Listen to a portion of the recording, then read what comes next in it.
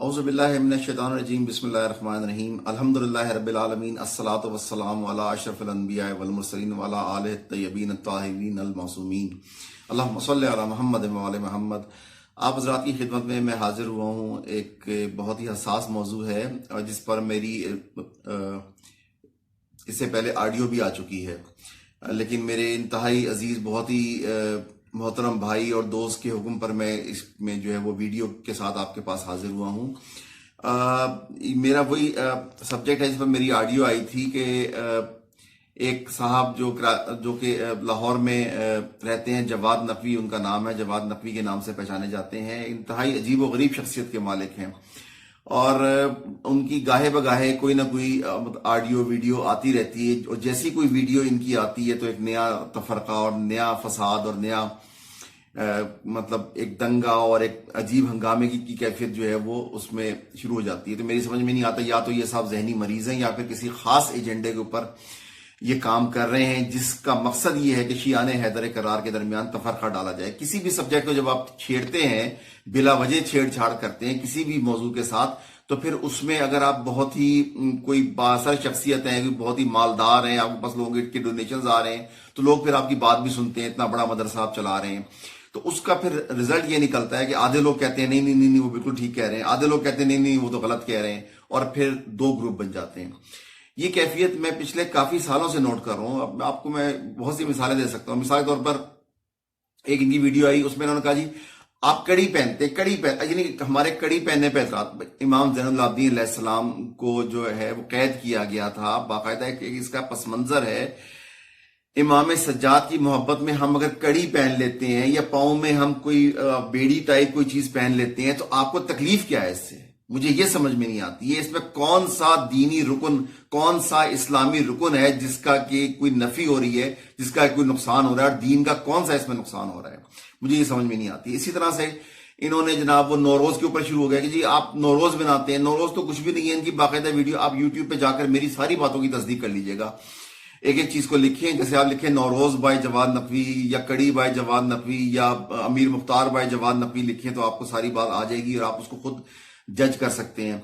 اب جیسے کہ نوروز کے متعلق انہوں نے فرمایا کہ نوروز کی کوئی حیثیت نہیں ہے، اور نوروز جو ہے وہ ایرانیوں کا ایک سال تھا جو کہ دین اسلام سے پہلے بھی، اسلام کے ظہور سے پہلے بھی ایرانی اس سال کو مناتے تھے۔ وہ سال کا وہ فردین کا جو ہے وہ پہلا دن تھا، اور اس کی دینی حیثیت کوئی نہیں۔ بھائی دینی حیثیت کوئی ہے یا نہیں ہے، دینی اس کی باقاعدہ ایک تاریخ ہے جس کے لیے میں آپ کو جو ہے تھوڑی سی اس کی تصدیق کرنا چاہوں گا۔ میرے ہاتھ میں یہ کوئی معمولی کتاب نہیں ہے، تحفۃ العلوم ہے میرے پاس، اور یہ بمطابق فتویٰ ہے آیت اللہ آقائے سید محسن الحکیم طباطبائی، آقائے السید روح اللہ الموسوی الخمینی، السید ابو القاسم الخوئی، السید محمد رضا گل پائگانی، کوئی معمولی شخصیات کے میں نام نہیں لے رہا ہوں، اور اس کی تصدیق کی ہے عالی جناب سید العلماء علامہ سید علی نقی النقوی المعروف نقن صاحب نے اس کی تصدیق کی ہے۔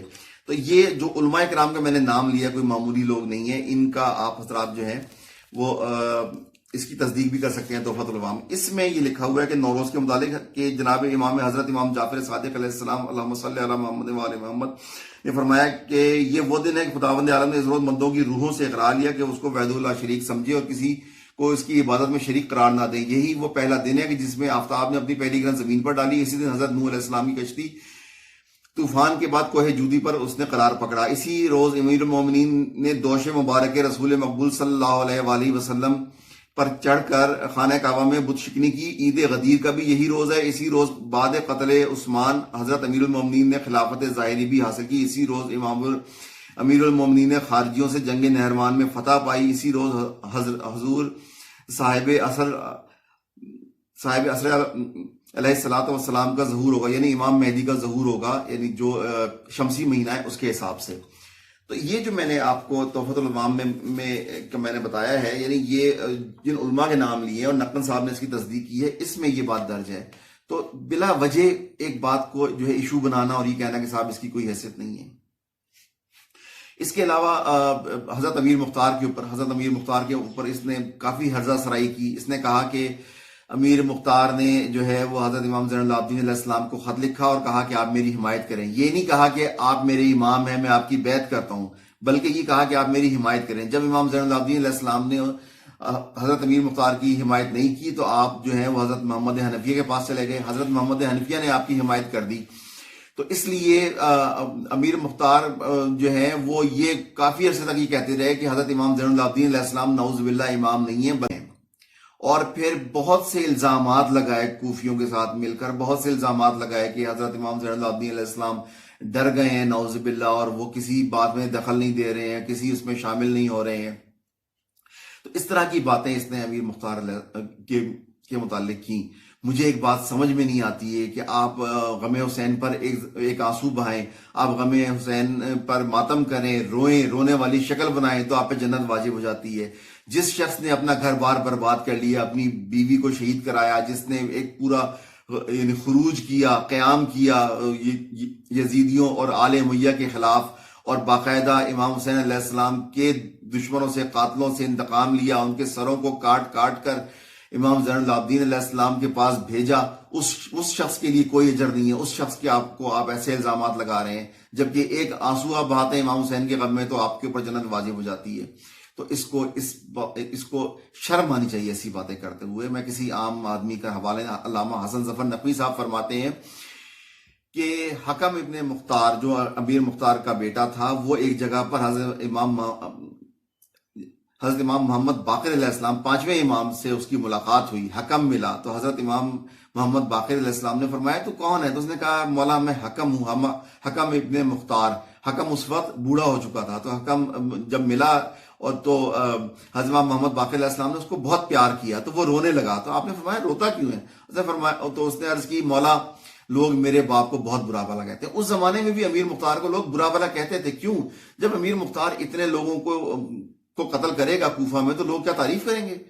جب امیر المومنین علیہ السلام نے عربوں میں اتنے لوگوں جنگیں کر کے اتنے لوگوں کو مارا تو اب تک لوگوں کا بغض ختم نہیں ہوا امیر المومنین مولا علی علیہ السلام سے، تو کیا امیر مختار کا بغض کیسے ختم ہو سکتا تھا ان آل امیہ اور آل زبیر؟ کیونکہ آل زبیر سے بھی امیر مختار نے جنگ کی اور آل امیہ سے بھی جنگ کی، تو ان دونوں نے پروپیگنڈا کرنا تھا، کیونکہ اس کے بعد ان کی حکومتیں قائم رہیں کافی عرصے تک، تو انہوں نے پروپیگنڈا کیا.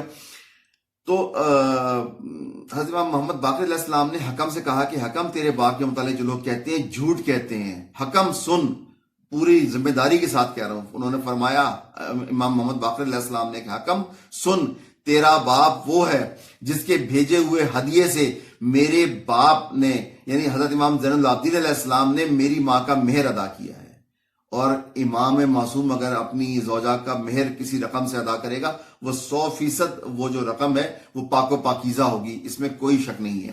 اس کے بعد آپ نے فرمایا حکم سن، تیرے باپ نے جب قاتلان میرے جد کے قاتلان کے سر ہمارے پاس بھیجے تھے تو میرے والد نے امام زین العابدین علیہ السلام نے اس وقت مسکرائے تھے، ان کے چہرے پر مسکراہٹ آئی تھی، اور بہت عرصے کے بعد ہمارے گھر میں ہمارے سادات کے گھر میں سے 5 سال کے بعد دھواں نکلتے ہوئے کسی نے دیکھا تھا، چولہا جلا تھا 5 سال کے بعد، ہماری عورتوں نے 5 سال کے بعد سروں میں تیل ڈالا تھا اور ہم نے سوگ بڑھایا تھا اور ہمارے یہاں شادیاں شروع ہوئی تھیں اس وقت کہ جب تیرے باپ نے قاتلان امام حسین علیہ السلام کے سر بھیجے تھے میرے والد امام زین العابدین علیہ السلام کو. اتنا بڑا احسان جس شخص نے شیعوں پر کیا ہو اس کے متعلق یہ حضرہ سرائی کرنا، اس شخص کو شرم آنی چاہیے. عید شجاع جو ہم مناتے ہیں یہ ہم اسی خوشی میں مناتے ہیں جو جب امیر مختار نے سر بھیجے تھے، امام زین العابدین علیہ السلام مسکرائے تھے، اسی دن کو ہم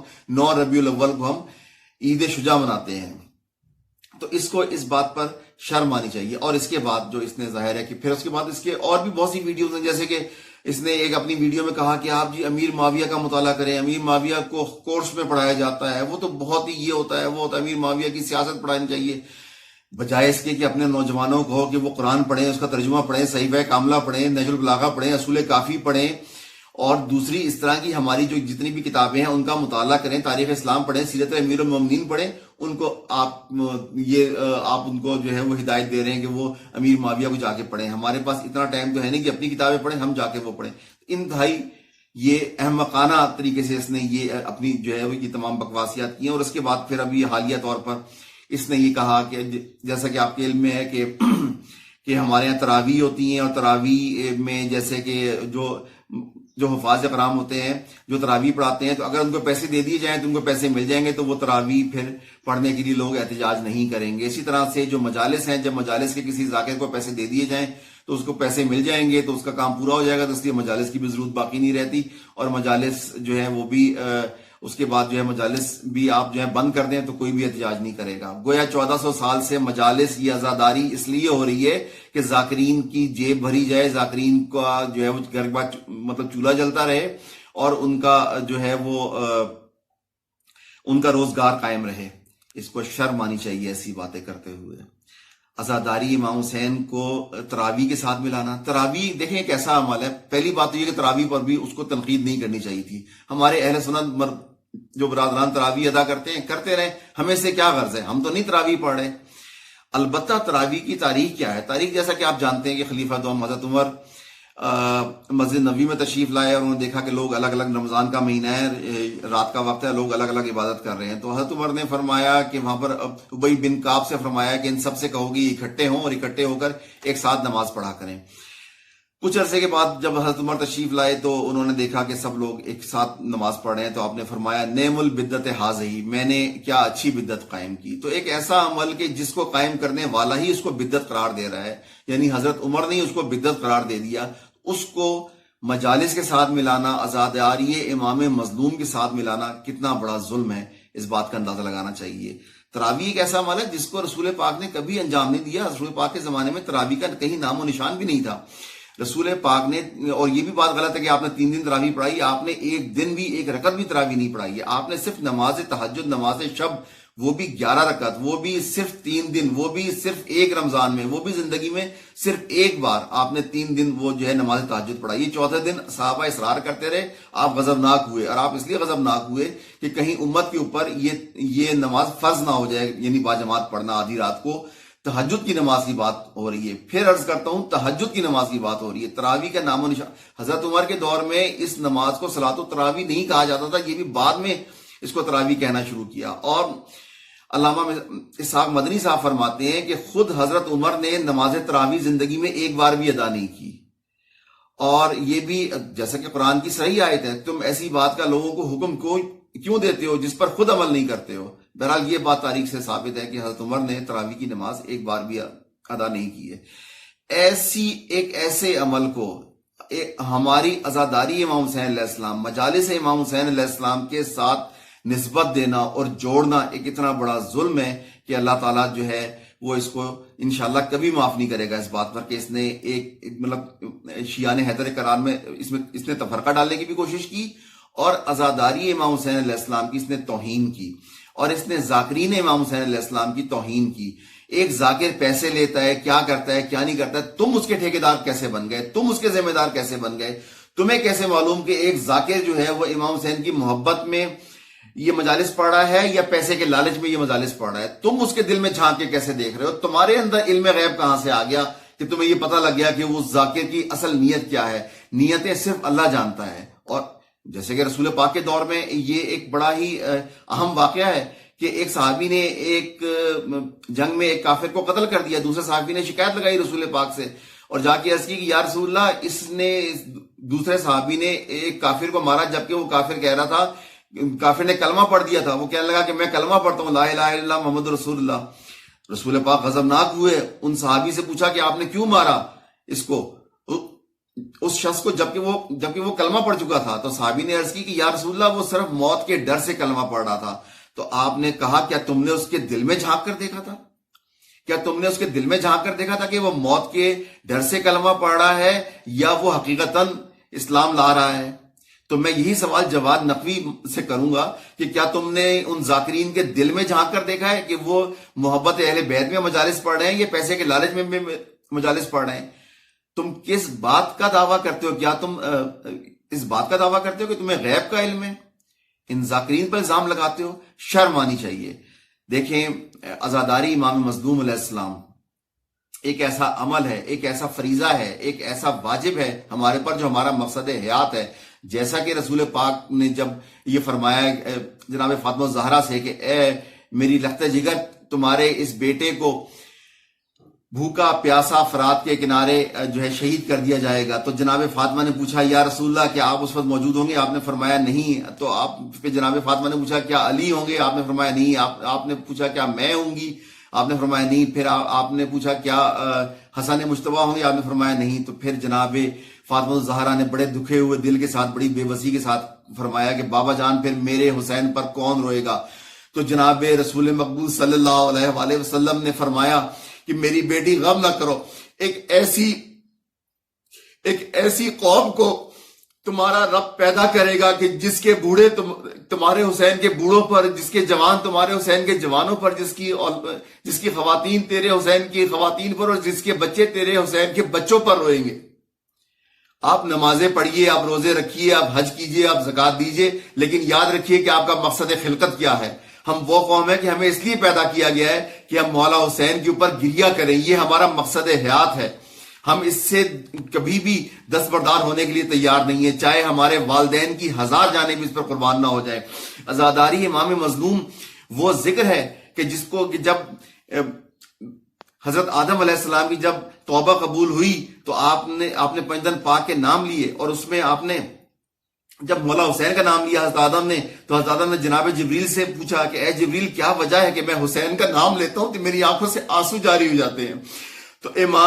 تو حضرت جبریل نے پورا واقعہ کربلا حضرت آدم کے سامنے بیان کیا۔ گویا ذاکر کون ہے؟ حضرت جبریل ہے۔ سننے والا کون ہے؟ حضرت آدم علیہ السلام ہے۔